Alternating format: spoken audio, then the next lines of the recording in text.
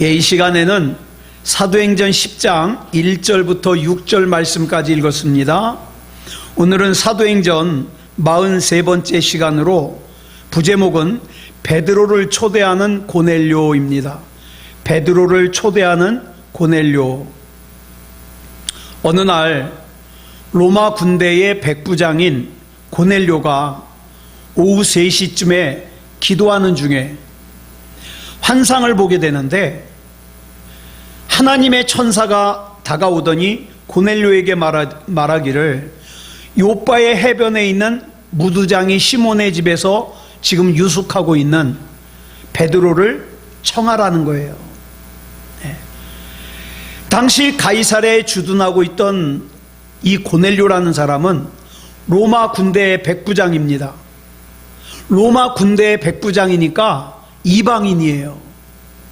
그럼에도 불구하고 유대인의 영향을 받아서 온 가족과 더불어서 하나님을 경외하고 구제를 행하며 항상 기도하는 경건한 사람이었습니다.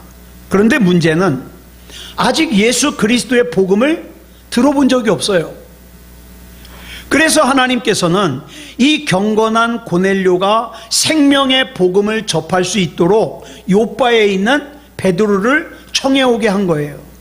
그래서 고넬료는 곧바로 자기 집에 있는 하인 2명과 자기 부하 중에 제일 경건한 부하 1명, 그래서 도합 3명을 불러서 자초지종을 설명한 후에 요빠에 있는 베드로에게로 보냈습니다.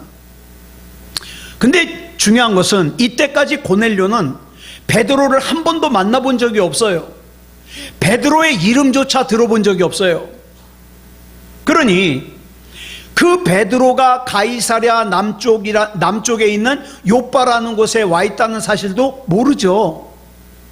또 요빠에 있는 수많은 집들 가운데 해변에 있는 무두장이 시몬의 집에 유숙하고 있다는 거 더더욱 모르죠. 게다가 이 고넬료는요, 예수 그리스도의 복음을 전혀 들어본 적이 없는 사람이에요. 그런 중에 하나님께서 고넬료로 하여금 환상 가운데 하나님의 천사를 통해서 요빠에 있는 베드로를 청하게 하시고 생명의 복음을 접하게 하셨어요. 이 얼마나 신비스러운 역사입니까? 이 당시에 보면은 성경의 내용은 정말 많이 알고 있는데, 성경도 어려서부터 많이 읽었는데, 또 베드로도 잘 알고 있는데, 그럼에도 불구하고 생명의 복음을 받아들이지 않은 사람들이 많이 있었잖아요. 그럼에도 불구하고 하나님께서 베드로와 일면식도 없는, 베드로를 전혀 알지 못하는 고넬료에게 베드로를 청해다가 생명의 복음을 듣게 하셨다. 너무나도 중요한 사건이죠. 우리는 이 사건을 보면서 사무엘상 16장 7절에서 하나님께서 사무엘 선지자를 통해서 하신 말씀을 우리가 기억합니다. 같이 읽어볼까요? 시작. 내가 보는 것은 사람과 같지 아니하니 사람은 외모를 보거니와 나 여호와는 중심을 보느니라. 이 말씀이 생각나죠. 그런데 오늘 우리가 이 본문 가운데 주목하고자 하는 것은 고넬료가 그 신비한 환상을 통해 하나님의 말씀을 들은 시각이에요. 시각. 본문 3절을 보니까 언제 하나님의 음성을 들었냐? 제9시. 2000년 전에 유대인들의 이 시간 계산법으로 보면 제9시는 우리 지금의 시간으로 오후 3시예요. 오후 3시면 대낮입니다. 여러분, 일반적으로 사람들이 환상을 보거나 은사를 체험하는 거 언제예요? 제가 어렸을 때 우리 믿음의 선배님들 가만히 보면은 은사를 언제 체험하냐? 새벽 시간에, 밤 시간에 혼자 기도하다가. 그런데 이 고넬료는요, 세상이 가장 분주하고 가장 시끄러운 대낮에 개인 기도를 하다가 환상 중에 하나님의 음성을 들었어요. 그렇다고 고넬료가 직업이 없어가지고 집에 있다가, 혼자 집에 있다가 하나님의 말씀을 들은 게 아니에요. 고넬료는요, 또 자기 맘대로 시간을 사용할 수 있는 자영업자도 아니에요.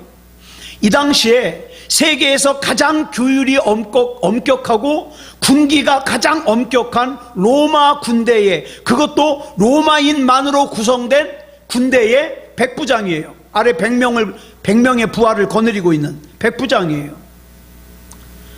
그러니까 이 백부장 고넬료는 직급도 계급도 굉장히 높지 않기 때문에 이 오후 3시라고 하는 시간은요, 백부장인 고넬료에게 굉장히 바쁜 시간이에요.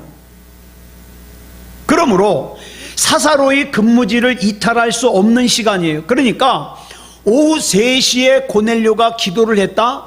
아마 자기가 근무하고 있는 부대 안에서 기도했을 거예요. 그 부대 안에서 기도하다가 환상을 통해서 하나님의 음성을 들을 수 있었던 거죠. 자, 그러면 우리는 이 말씀을 통해서 뭘 알 수 있느냐?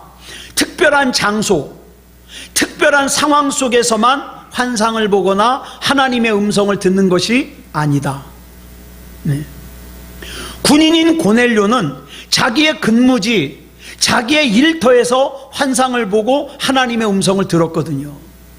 그러니까 저와 여러분은요, 때, 장소 이거 가리지 말고 언제든지 어디서든지 하나님, 나는 하나님이 아니면 안 됩니다.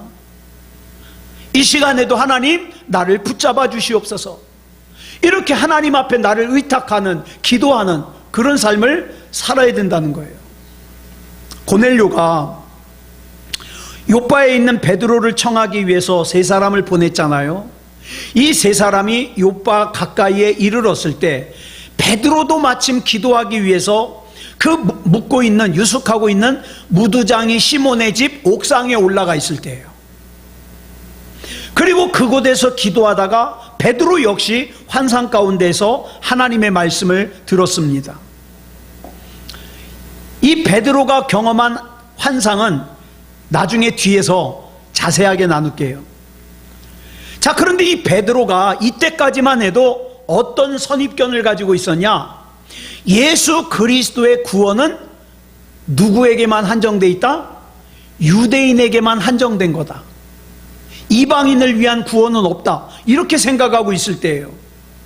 그래 하나님께서 베드로의 이 잘못된 생각을 깨트리시고 베드로가 가이사랴의 이방인인 고넬료에게 복음을 전할 수 있게끔 환상을 보여주시고 친히 말씀해 주시는 거예요.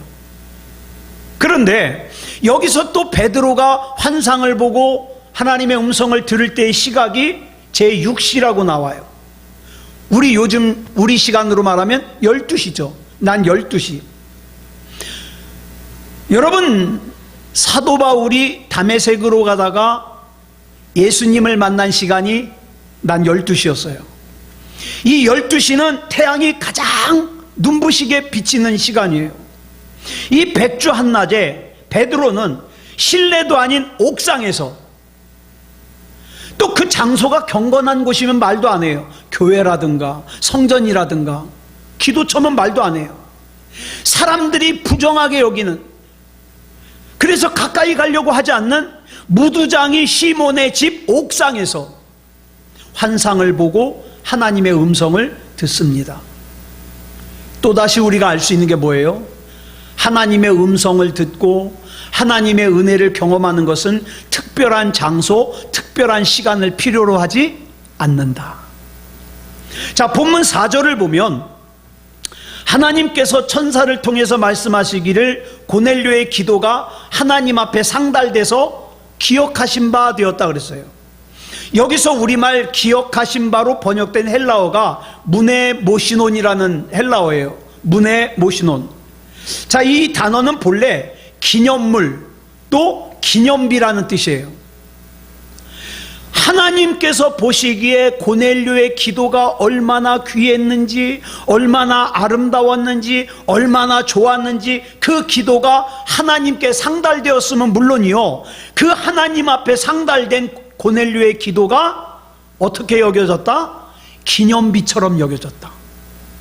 대단한 거죠. 대체 고넬료가 한 기도가 어떤 기도였기에 하나님 앞에 상달되어서 기념비 같은 취급을 받았을까? 대접을 받았을까?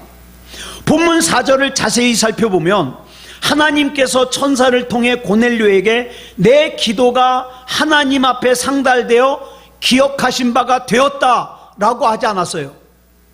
뭐라 그랬습니까? 내 기도와 또 뭐요? 구제가, 기도만이 아니라 내 기도와 구제가 하나님 앞에 상달되어 기억하신 바가 되었다. 기념비가 되었다.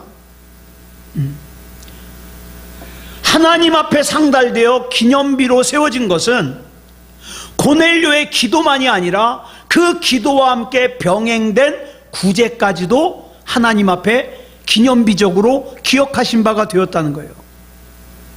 그러므로 만약에 고넬료가 구제를 수반하는 삶을 살지 않고 그냥 입으로만 하나님, 나는 하나님이 최고 좋아요, 나는 하나님이 아니면 안 돼요, 입으로만 그렇게 기도하는 사람이었다면 그의 기도가 과연 하나님 앞에 기념비로 세워질 수 있었을까? 그러면 우리는 우리 자신에게도 물어봐야 돼요. 지금 내 기도, 내 신앙생활은 하나님 앞에 기념비로 여겨질까? 그렇다면 나는 지금 하나님 앞에 내 기도와 함께 무엇을 드리고 있는가? 생각해 볼 필요가 있죠. 이 세상에는요, 입으로만 기도하는 사람들이 참 많아요.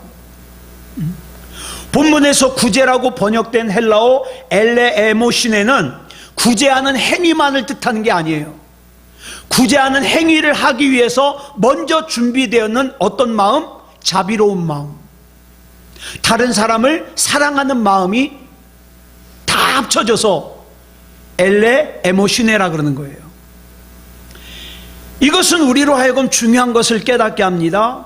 하나님께서 인간의 모든 구제 행위를 전부 중요하게, 전부 귀하게 받으시는 것이 아니다. 그럼 뭐가 있어야 되냐? 다른 사람을 긍휼히 여기는 마음이 있어야 된다. 다른 사람을 사랑하는 마음이 있어야 된다. 오늘 하루 동안에 있어진 뉴스를 보니까 난리가 아니에요. 예. 여러분 뉴스 보셔서 알겠습니다만 일본에서는 수상을 했던 아베라는 사람이 연설하다가 총 맞아서 쓰러져서 지금 뭐 죽은 것 같대요. 이런 일이 있질 않나. 우리나라의 또 한 정당에서는 또 당대표를 갖다가 쫓아내질 않나. 막 너무너무 어수선해요. 자, 그런데 그런 것을 볼 것이 아니라 우리는 뭘 봐야 되느냐? 하나님께서 원하시는 마음, 하나님께서 원하시는 삶, 하나님께서 원하시는 생각, 이런 걸 봐야 되죠. 내 속을 한번 들여다보세요. 하나님께서 기념비처럼 받으셔야 되는 다른 사람을 사랑하는 마음이 있는가? 또 그로 인하여서 내 말 한마디도, 내 행동 하나도 그 사랑으로부터 비롯되는가? 살펴볼 필요가 있죠. 사람을 긍휼히 여기는 마음이 없이, 사람을 사랑하는 마음이 없이 단지 자기 자신을 과시하기 위해서, 내가 지나가는데 불쌍한 사람이 있어요. 그래서 어떻게 합니까? 1,000원을 꺼내서 줬어요.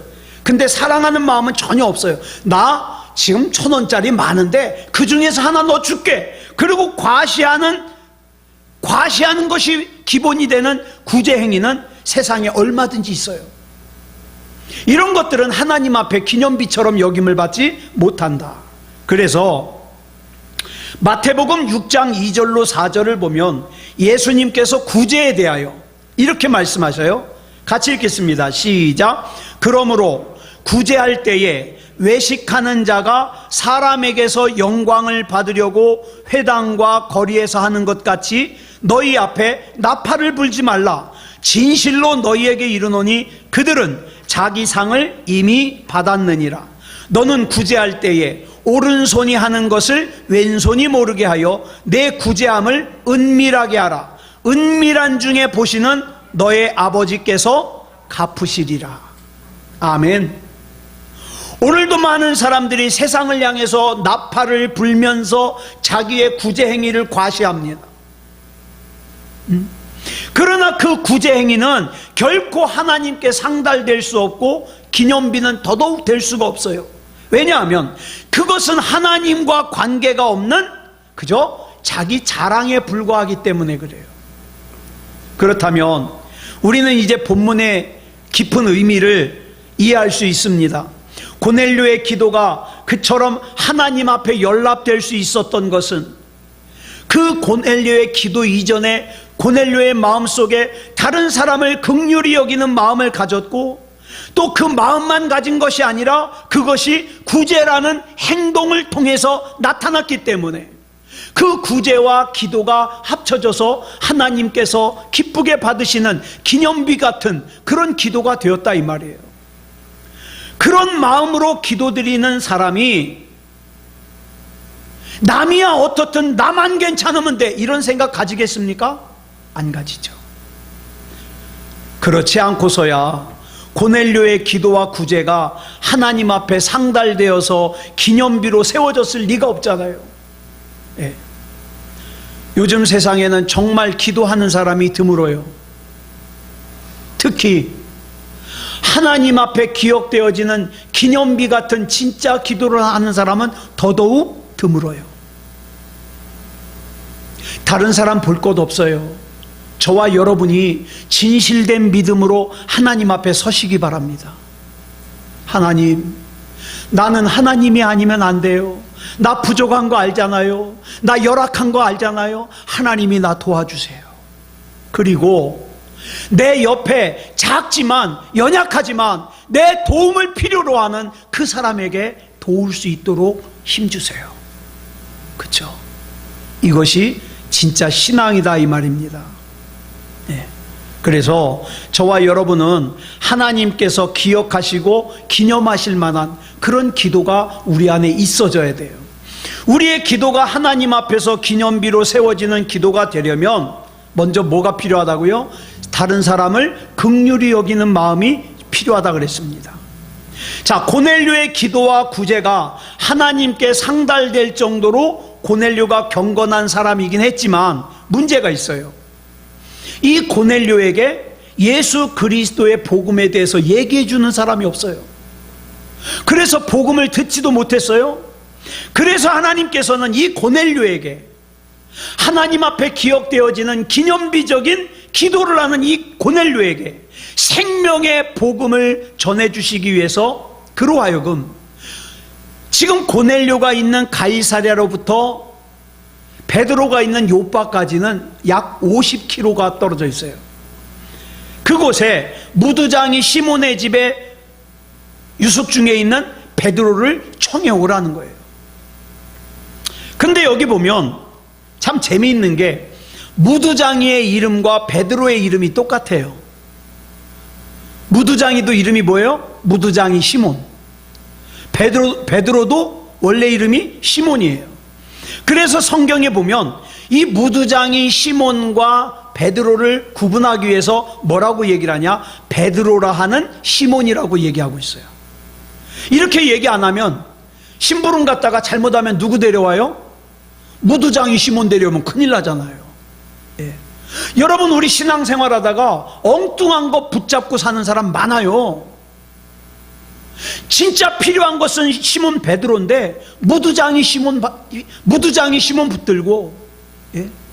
주님은 생각하지 않고 그저 돈 버는 게 목적이고, 주님은 생각하지 않고 병 고치는 게 목적이고, 주님은 생각하지 않고 잘 사는 게 목적이고, 그런 사람들 많아요. 그 무두장이 시몬 붙드는 거예요. 자, 여기 보니까 베드로의 원래 이름이 시몬이었음에도 불구하고 베드로라고 불리는 것은 예수님이 친히 베드로의 이름을 지어주셨잖아요. 네.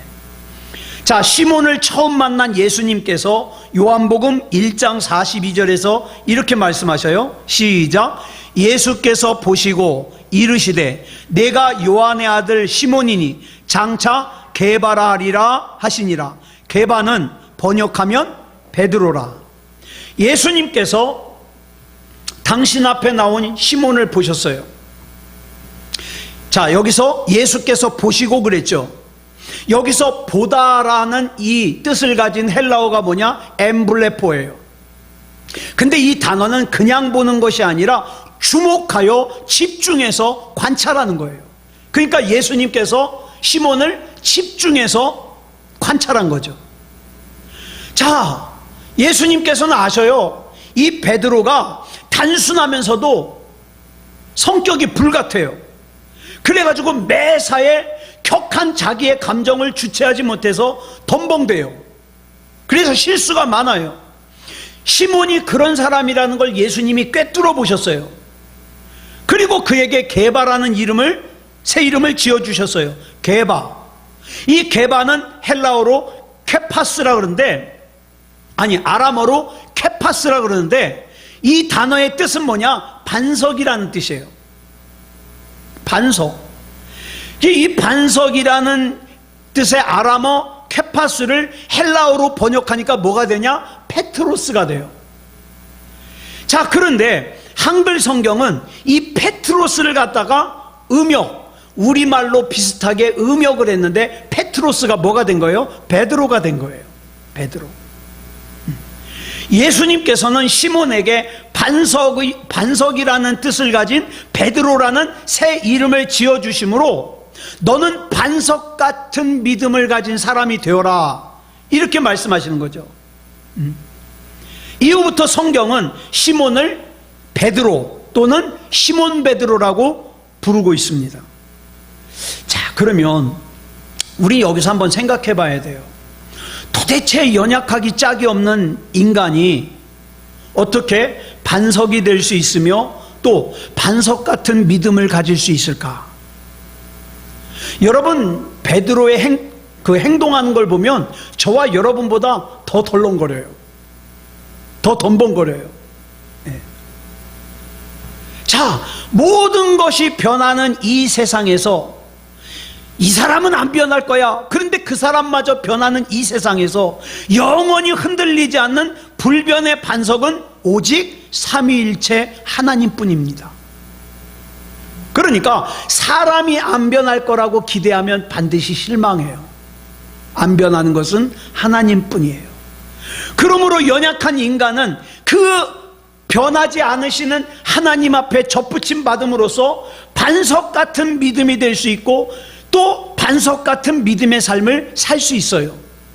그것은 그 사람이 반석이라서가 아니라 반석 같으신 하나님께 붙어 있기 때문이에요. 하나님으로부터 믿음이 떨어지면 그 사람은 어떻게 해요? 반석이 되지 못하죠.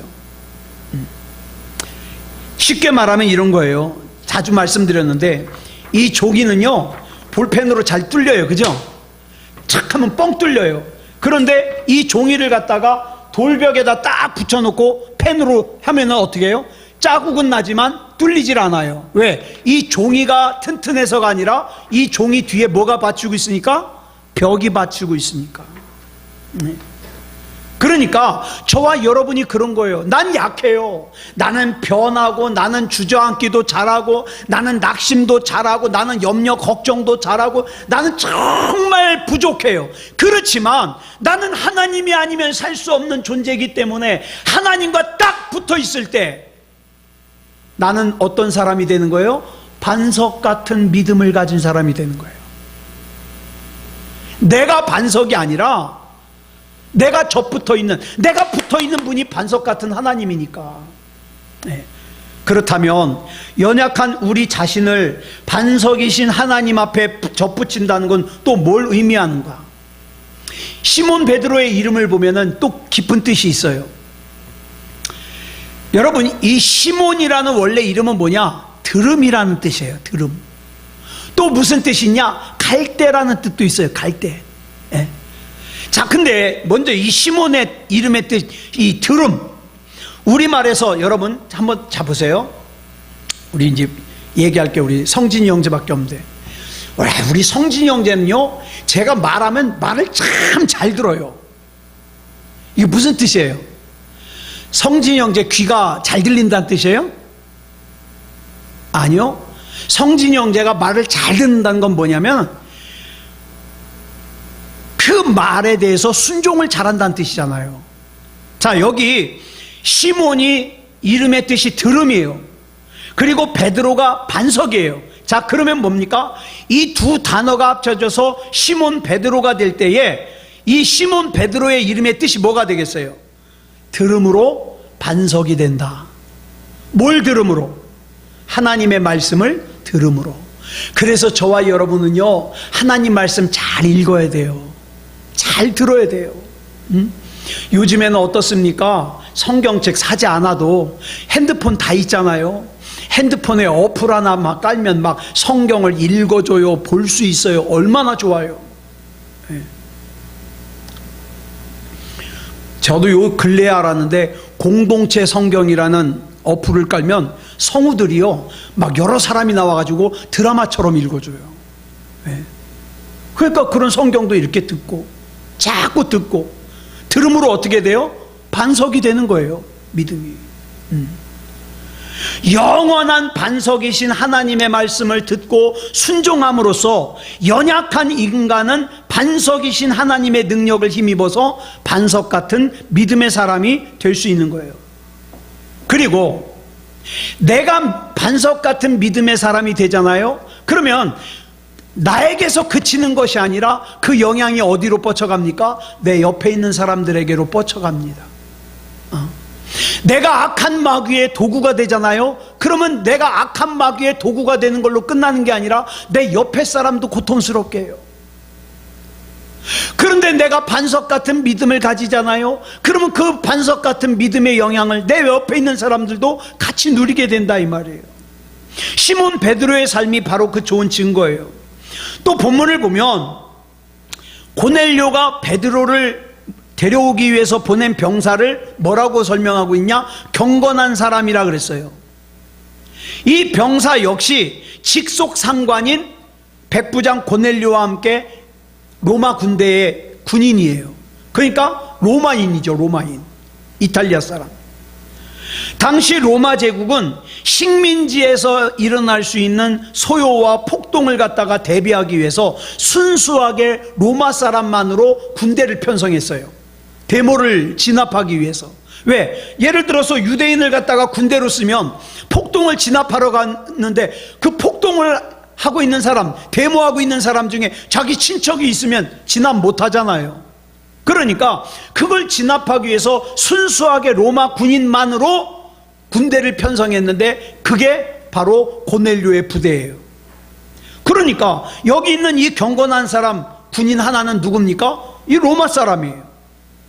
그런데도 이 병사는 다른 로마 시민처럼 황제를 섬기거나 태양을 섬기거나 또는 그리스 신화에 나오는 잡신을 섬기지 않고 경건하다. 여러분, 성경에 나오는 경건하다라는 뜻은 아무에게나 안 붙여요. 누구에게 붙입니까? 진짜 하나님을 믿는 사람에게만 붙여요.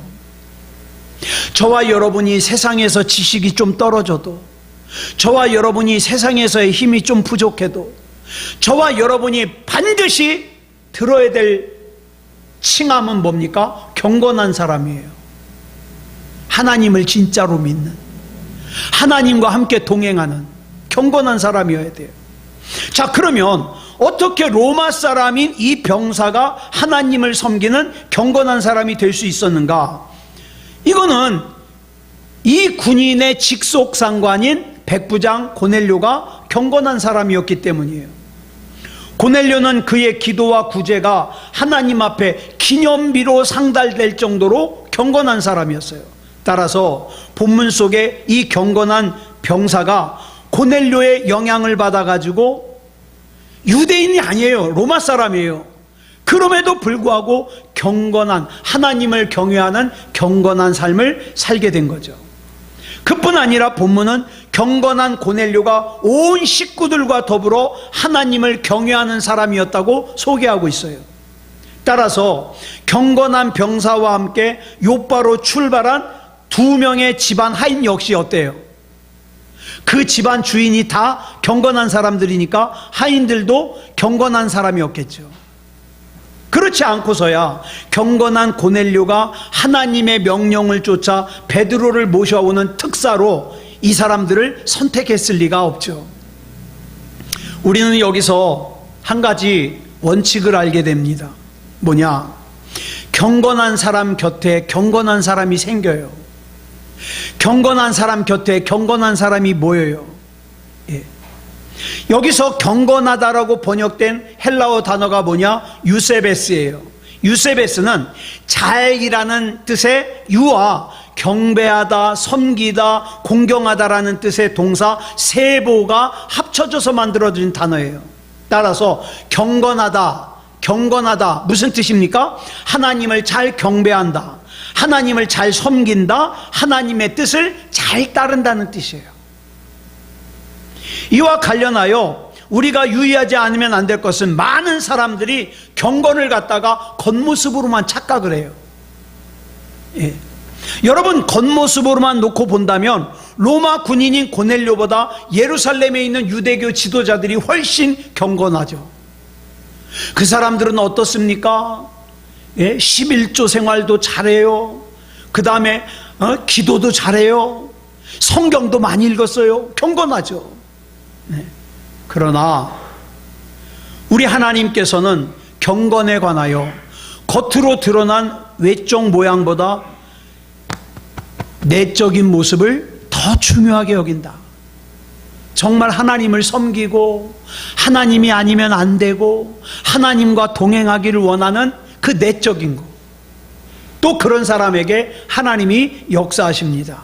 사랑하는 여러분, 하나님은 결코 멀리 계시지 않아요. 또 하나님께서는 하나님을 진짜로 믿는 저와 여러분을 고아처럼 내버려 두지 않으십니다. 하나님께서는 언제나 우리와 함께 계십니다. 그래서 하나님인 거예요. 그러니까 내가 하나님을 바로 믿기만 하면, 내가 하나님을 똑바로 믿기만 하면 하나님께서는 나를 책임지십니다.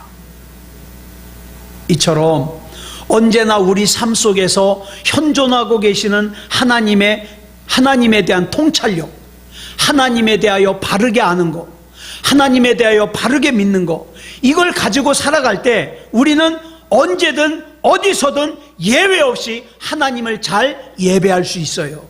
하나님을 잘 섬길 수 있어요. 하나님의 뜻을 잘 따를 수 있어요. 이런 사람을 뭐라 그러냐? 경건한 사람이라 그러는 거예요. 네. 문제는 내 삶 속에 나와 함께 계신 하나님을 의식하지 못할 때, 네. 하나님이 지금 나를 지켜보고 계시는데 몰라요. 하나님이 지금 내가 하는 말을 들으시는데 몰라요. 모르니까 어떻게 해요? 경건하지 못하게 사는 거예요. 먹지 말아야 될 걸 먹고, 하지 말아야 될 말을 하고, 하지 말아야 될 생각을 하고, 그리고 아무도 모르는 줄 알아요. 네, 아무도. 아니요. 하나님이 다 보시고 하나님이 들으셔요. 네. 이렇게 하나님께서 나와 함께 계신다는 걸 아는 사람만이 어떻게 해요? 예배당 안에서만 경건하지 않고, 또 종교 행사장이나 또는 교인들이 있는 곳에서만 경건하지 않고, 나 혼자 있을 때에도 하나님이 내 생각을 아셔, 하나님이 내가 하는 말을 들으셔. 그러니까 어떻게 해요? 경건할 수밖에 없는 거죠. 이걸 모르니까 어떻게 해요? 이중적인 삶을 사는 거예요. 왜냐? 하나님이 지금 나와 함께 계시다는 것을 알지도 못하고 또 믿지를 못하니까. 그래서 디모데후서 3장 5절을 보면 말세, 오늘 저와 여러분이 살고 있는 이 시대를 말세라 그러는데, 말세의 현상을 설명하죠. 뭐라고 설명합니까? 시작. 경건의 모양은 있으나 경건의 능력은 부인하니 이 같은 자들에게서 내가 돌아서라. 다시 말해서 모두 겉으로 드러나는 경건의 모양만을 추구할 뿐, 경건의 내적 바탕인 하나님에 대하여 바로 알고 하나님에 대하여 바로 믿는 것에는 관심이 없는 세대가 바로 우리가 살고 있는 이 세대라 이 말이에요. 예. 이 하나님에 대하여 바로 알고 바로 믿는 것이 없이는 경건한 삶을 살 수가 없고 올바른 신앙을 가질 수가 없어요. 저와 여러분은 나와 함께 하시는 하나님을 바로 알고 바로 믿어서 그 하나님께서 나를 고아와 같이 내버려 두지 아니하시니까 이 시간에 기도할 때 내가 힘든 거 하나님 앞에 다 말씀드리세요. 예? 내가 억울한 것도 하나님 앞에 다 말씀드리세요. 내가 답답한 것도 하나님 앞에 다 말씀드리세요. 하나님, 나 고아와 같이 홀로 내버려 두지 않으신다 그랬잖아요. 다른 사람에게는 내가 이 얘기를 아무리 해도 소용이 없어요. 하나님만 들어주세요. 하나님만 들어주세요. 하나님만 내 속을 알아주세요. 그리고 하나님 앞에 기도할 때에 하나님께서 그냥 내버려 두시겠냐 이 말이에요. 예. 그래서 믿는 자의 기도는 능치 못함이 없는 거예요. 내가 능력이 있는 게 아니라 내 기도를 들으시는 하나님께서 나를 방치하지 않으시니까. 그러니까 우리가 할 건 뭡니까? 하나님 바로 아는 거, 하나님 바로 믿는 거, 이것까지만 내가 하면 돼요. 나머지는 하나님께 맡기시기 바랍니다. 오늘 하나님이 역사하십니다. 저와 여러분 만나십니다. 예, 의심하지 말고 하나님 앞에 다 맡겨드리는 오늘 이 밤이 되시길 바랍니다. 기도하겠습니다. 사랑의 아버지 하나님, 감사합니다. 하나님께서 붙잡아 주셔서 오늘도 사도행전 10장의 말씀을 나눴습니다. 하나님, 아무리 생각해도 우리는 연약합니다. 부족합니다. 우리 힘으로 이 세상에서 감당할 수 있는 일들이 별로 없습니다.